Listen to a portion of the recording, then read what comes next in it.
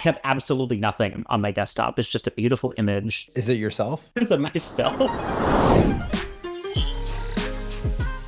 Hello and welcome to Outside the Fox, where we explore what's happening online and why it matters. I'm Kim Horcher. My name's AJ Patel. And Kim, my question for you today is, could you kind of describe to me what your desk setup looks like? Wow, that's really nosy. And Yeah, I'm so offended. curious. Please No, tell me. no. It's okay. I mean, sometimes it's pretty messy, I'm not going to lie. But in preparing for this topic, I decided I needed to clean my desk, so now it's much, much cleaner. What is one thing that kind of stands out about your desk that you kind of like sometimes brag about or tell friends about? Well, my office is also a home studio. So I have a lot of recording set up around. I have lights, I have a teleprompter, I have a green screen, That's I have a lot of lighting. stuff. Yeah. I have like posters and whatever if I do my natural desk background. I mean, I shoot things there. Like, Right. The setup that you have right now is the optimal productivity setup. No, Okay. it could always be better. It could always be better. Luckily, today our special guest may not be an expert in this space, but he sure has some insightful things to tell us and share. Ladies and gentlemen, Steve Flavin. Hey, everyone. Good to be back. It's been a minute. I've been trying to kind of redecorate my home office here, go for a little visual harmony with our little satellite studio, feeling purple envy, as it were. I love it.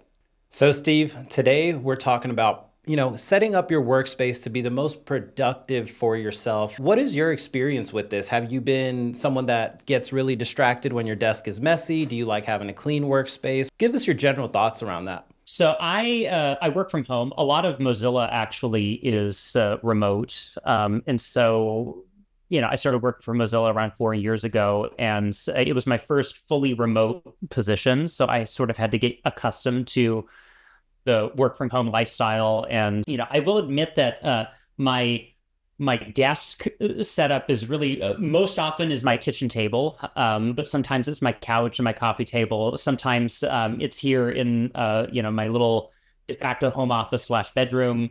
For a lot of people, that my setup is necessarily the most optimal.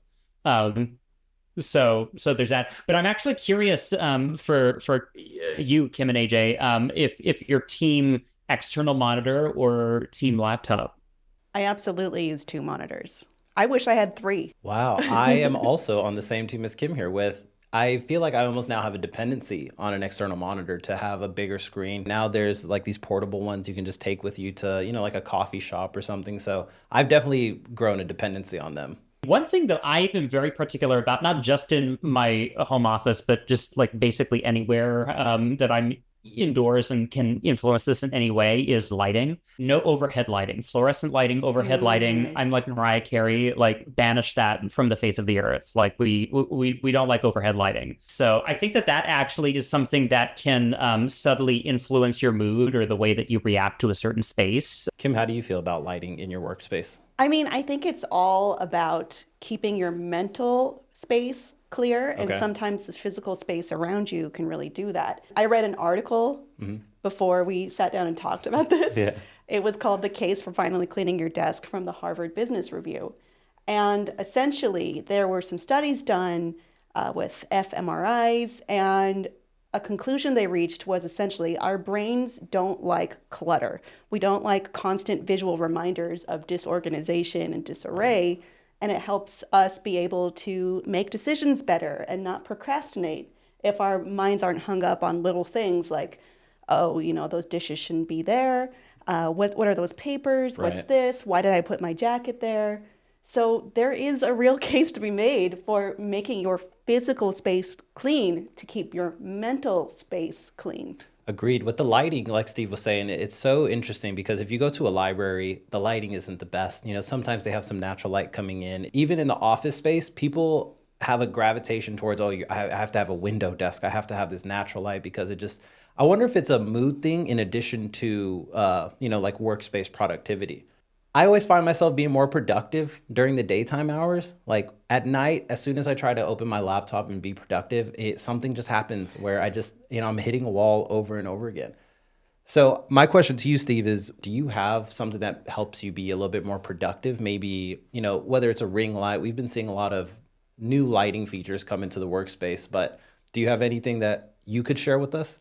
Well, I could go on a monologue about ring lights because most people get ready for a rant. This one's spicy. Like most people don't know how the hell to use ring lights. And what I've seen, like in the wake of the pandemic and like everybody's on Zoom, I would see these like little mini ring lights that you put on your webcam, which is the same as like shining a flashlight in your face. The whole point of a ring light is that it encircles your face. It's like a beauty mirror, and that lighting, that contoured lighting around your face and around the camera lens is what makes a ring light look flattering.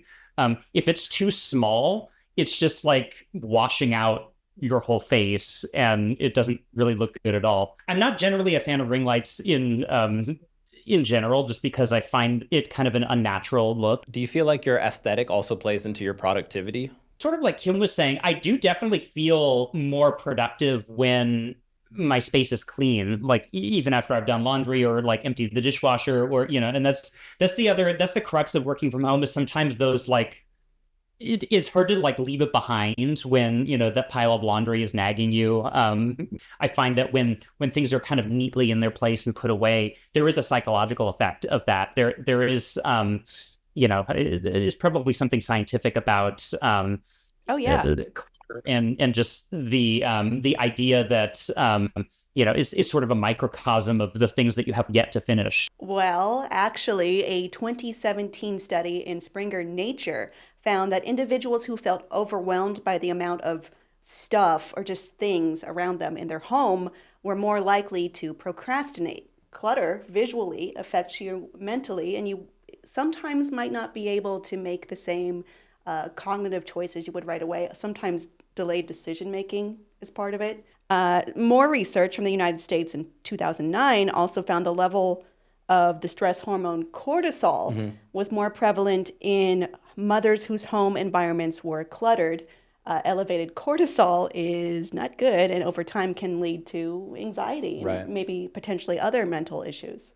Similar to how we were talking about in a previous episode, is if you have a lot of tabs open, sometimes your mind can be everywhere. And these tabs, similar to, okay, I have a pile of laundry here, I have a coffee cup from yesterday sitting on my desk, I have all this mess. So personally, I am also some of that kind of, sometimes things I'm procrastinating when I'm cleaning my work desk, because it's like, you need to focus on the task at hand. But at the same time, I'm also thinking, well, I'll be much more productive if this desk is clean and the dust is gone. So that's been my kind of experience with having clutter on my desk. Is there one thing you do to make sure that always happens? Or is there something you have, like you would consider the one item that really helps tie it all together? It's going to sound bad, but I wait till it gets like, okay, this is bad. Like I'm okay with sometimes a shirt being on the back of my chair and a little bit of dust and maybe a cup from yesterday. But as soon as it gets to like maybe 3 cups and it's like, okay, this has been sitting here for a minute, that's when I kind of make it an action to, okay, I'm going to fully clean this. I don't just move the cups. I'm going to dust this. I'm going to move the wires accordingly. Steve, anything that you do? Sometimes I just leave the house, quite honestly. I think that there is something to be said about like changing the scenery or changing your environment. It also kind of like ties into not preferring to be tethered to my desk. I like it just taking my laptop and going to a coffee shop. On a related note, you were talking about tabs, AJ. Something that I do, or a setting that I have by default in Firefox, is that you can hide the menu bar and hide your tabs. So it's basically like an immersive experience if you're just looking at the web page. It's like a little psychological trick. Do you feel like, while we're on the topic of productivity, where do you feel more productive? In an office space, maybe going to a coffee shop, being at your home office? It really depends on what I'm doing. I would say that I probably feel more productive at home most of the time because I have everything here. I know where it's at.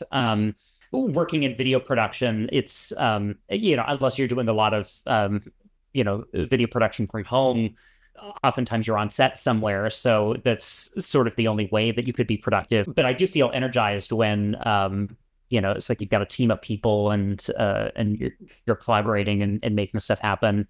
For me, when it's like heads down time and it's time to get to work, just being kind of solo in my own environment, I would say is probably where I'm most productive. I usually like being around other people, but I Okay. also hate driving anywhere. So it kind of weighs out where I'd rather be at home. Really? Yeah. I I'm the worst at home. Is it because your desk is so messy? No, I know that there's a bed behind me, there's a kitchen over there. I can just go watch TV if I want Oh, to. you have a hard time compartmentalizing. Yeah, I have a hard time just looking at my computer and being like, this is the only thing here right now.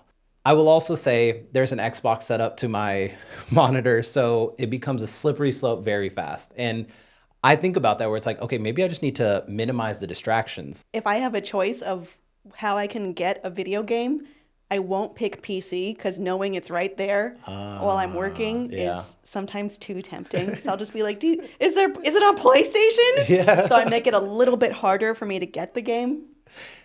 Steve, a question for you is when it comes to productivity, I hear a lot about, having proper ergonomics. One for productivity, two for just making sure, things are properly stretched. You're not sitting at a desk for too long. Do you have anything that you do that you can share with us? I do try to stand up from time to time. I would say my chairs are probably not the most ergonomic. My main desk chair is just like a little director's chair, which looks great. I love the filmmaker aesthetic, but is probably not the best for my back.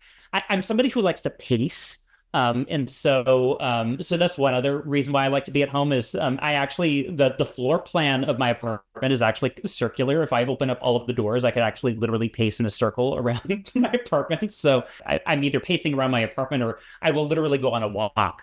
Well, there's only so much we can do physically to change our environment, but I think there's a lot of space digitally for us to make changes and hopefully make those little tweaks that make our brains happy and want to do some work. Do either of you have tips on that? We've talked a little bit about tab grouping, and I've been using tab groups for a while now, since it was, available in beta in Firefox Nightly. And so that's been indispensable for me. I also love the container tool that we have where you can open up containers to have your personal logins or your banking or your work, separated into different tabs. Something that's not related to the browser specifically, but is something that I personally feel strongly about in my own computer setup. I have absolutely nothing on my desktop. It's just a beautiful image. And so sometimes when I need a break, I just hide all of my windows and you're back to square one. It's just a nice empty image. I personally find that's like kind of my minimalist, kind of Zen way to stay focused and kind of avoid the digital clutter. What is the image? Yeah, is it like a beach and then you do like Michael Scott does and pretend you're on vacation? Is it yourself? Is it myself? Wow, we both have very different opinions on how Steve thinks. No, they're all stock images from the Mac OS library. So my work laptop is a motion image actually of Dubai, which is just a beautiful skyline. Personally, I like to use the rule of thirds. I don't have really a lot of great tricks like Steve does, but I try to just make sure there's just three things up at once. So I'll have one browser up, an Excel file, maybe Outlook. I'm managing a few things and I know that this is open, this is open, this is open. If I need to open something else, then am I closing something else out?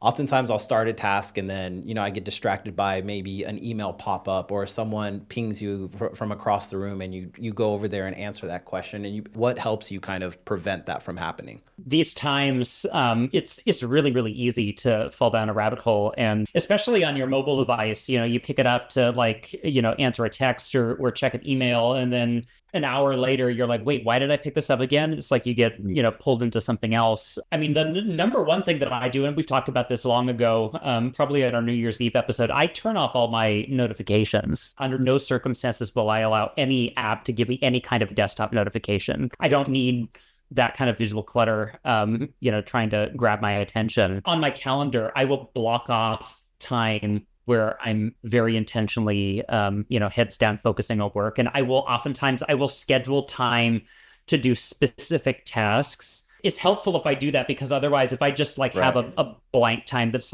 heads down time, really vague without specifying what exactly I'm actually spending that time doing, I'm more liable to get distracted. No, I really liked your suggestion of time blocking, making sure, okay, from 1 to 2, I'm going to be doing this specific task. We've talked a lot about how we make our personal workspaces at home the most productive for us, but something I'd like to talk about is the evolution of the corporate workspace and things that have changed whether it's a standing desk, cubicles? When I used to work for a startup years ago, I had a standing desk that I thought I was going to love, but I found that I literally never used it. I had a tall chair, and so I just sat at it like a regular desk. As for the actual corporate, workspace, there's been a trend and then I think a contraction in open plan offices. Having an open plan office where everybody, like people share desks and you don't have dividers or cubicles, actually has some psychological impact in how we work, because there's a complete lack of privacy, which some would say is the point. It's like a little bit cynical. I hate open office floor plans. I used to work in one for years. Okay. It was horrible. Every office has one jerk who everybody hates. If it's open, he can go anywhere and bother anyone. All right? I don't want to give him that power. Leave me alone. So you like the cubicle, being able to, put up pictures on your I like to work from home. I'm going to just be real with you. I'd rather be fully alone. I'm curious if any of us have one personal must-have item for your office space. Mine is a miniature vacuum that I keep next to my keyboard. So, I don't know if someone happens to get crumbs in the keyboard. Who knows who it could have been who was eating those crackers. You can clean it up really quickly. That's really cool. Yeah. What about yourself, Steve? Cup of coffee. Does that count? It's my first ritual, before I go to my first meeting, is I got to have coffee. Rituals are good if it gets you in the right headspace. At least 2 or 3 times, so. I think I'll go with, a separate mouse. Something a little bit more. Yeah, I'm not the biggest fan of using the laptop scroller, even though sometimes it is a little bit better. You're talking about working off of a laptop plugged into a monitor. Yes. Okay. So something to just have I'm a little bit more, my wrist feels more natural. So I think that would be my must-have. Wow. It's not that exciting, but. No, mine was a little vacuum. It doesn't have to be big or cool. It can just be something that gets your head right, as long as it works. Well, Steve, hopefully your posture stays good in that director's chair. And we really do thank you for joining us. And, if you have any more tips and tricks, I'm sure we'll see you in a future episode. Oh, you definitely will. No, thanks for having me. Do whatever works for your posture, dude. We want to hear from you, though. Those of you out there, what is one change you have made to your office workspace that has helped you be more productive? Let us know in the comments. Subscribe to the channel and be sure to download Firefox because it's the best. We'll see you next time.